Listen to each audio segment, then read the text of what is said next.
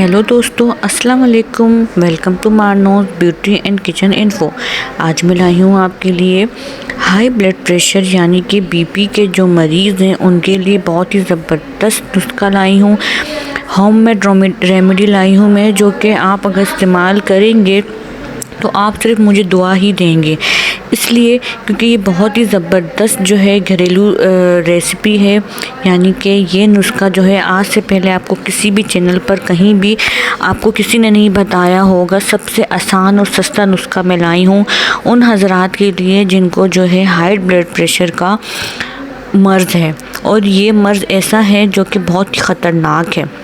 आप सबको मालूम ही होगा कि हाई ब्लड प्रेशर को हम साइलेंट किलर कहते हैं। वो इसलिए कहते हैं क्योंकि ये एक ऐसी बीमारी है जो अंदर ही अंदर इंसान को खा जाती है, और बीमारियां बज़ाहिर हमें नज़र आ जाती है। कैंसर, हेपेटाइटिस, बुखार, नज़ला, ज़ुकाम जो भी होता है वो हमें नज़र आ जाता है, जबकि बीपी जो है इंसान को अंदर अंदर खा जाता है। इसलिए इसको साइलेंट किलर कहते हैं, और इंसान को खोखला कर देता है, और इसकी वजह से 10 बीमारियां इंसान को लग जाती हैं। तो मैंने सोचा क्यों ना मैं अपने व्यूवर्स को जो है ये आसान रेमेडी देसी टोटका जो है शेयर करूं। और ये वो टोटका है जो मैं आप लोग के साथ शेयर करने जा रही हूँ, जो हमने बचपन से सुना है, और ये हमारे घर के बड़े बुज़ुर्ग इस्तेमाल किया करते थे। और इसमें जो चीज़ें यूज़ हो रही हैं सब देसी चीज़ें यूज़ हो रही हैं।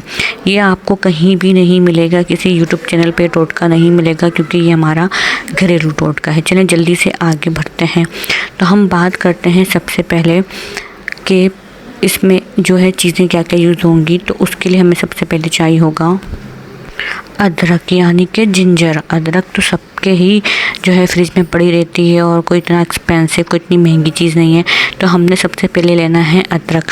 अदरक का हमने जो है 1 पीस लेना है, यानी कि एक जो पूरी अदरक होती है दरमियानी साइज़ की, हमने सबसे पहले वो ले लेनी है। उसको अच्छे से पील ऑफ करके, यानी उसका जो है छिलका उतार के उसको अच्छे से धो लेना है। उसके साथ ही हमने लेना है लहसुन। लहसुन आपको पता है गार्लिक जिसको हम कहते हैं।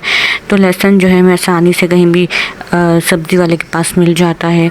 तो हमने लहसुन लेना है कितना, एक पूरा लहसुन लेना है दरमियाने साइज़ का। ठीक है, लहसुन लेने के बाद हमने साथ ही साथ जो है क्या लेना है, पुदीना। पुदीना आपको पता है मिंट लीफ जिसको हम कहते हैं। पुदीना लेना है हमने एक पूरी गट्टी, यानी कि जो एक पूरा उसका बंडल मिलता है हमने वो लेना है। साथ ही साथ हम आखिर में लेंगे अनारदाना। अनारदाना आप सबको पता होगा, जो सूखे हुए अनार जो होते हैं उसको हम अनारदाना कहते हैं। ठीक है, अनारदाना हमने लेना है 1 कप। आप अनारदाना ले लें। ठीक है, 1 कप के हिसाब से छोटा चाय का कप होता है, आप उस हिसाब से अनारदाना ले लें। अगर स्पून्स की बात करूं तो आप 6 स्पून जो है टेबल स्पून आपने अनारदाना लेना है सूखा। इन सब चीज़ों को अच्छे से धो लें। ठीक है, आपने अच्छे से धो लिया, यानी कि इसको इतना अच्छा धोएं कि इसमें कोई मिट्टी की ज़रूरत ना रहे, क्योंकि आपको पता है कि पुदीना हो गया और अदरक लहसुन हो गई और अनारदाना हो गया, इन सब में जो है मिट्टी और बैक्टीरिया और जम्स पाए जाते हैं, क्योंकि ये बाहर ठेलों में पड़े हुए होते हैं। इनको सबको साफ़ करने के बाद आपने आगे करना क्या है, आपने इन सबको ग्राइंड कर लेना है, यानी कि इन सबको आपने पीस लेना है। आपने इसकी चटनी बना लेनी है। इन शॉर्ट फॉर्म में मैं आपको अगर आसान लफ्ज़ों में बताऊं तो आपने इसकी चटनी बना लेनी है। इन सबको पीस लेना है अच्छे से कि कोई भी ज़र्रात कुछ भी जो है आपके मुंह में ना आए। आपने अच्छे से पीस लिया। अब इसको किसी भी बॉटल में बंद करके रख दें, और आपने निहार मुँह आपने 2 टेबल स्पून ये खाना है डेली। ठीक है, 2 टेबल स्पून आपने निहार मुँह लेने हैं, और रात में खाने के साथ आप इसको एज अ चटनी यूज़ कर सकते हैं। लेकिन ध्यान रहे इसमें नमक का मैंने कहीं जिक्र नहीं किया।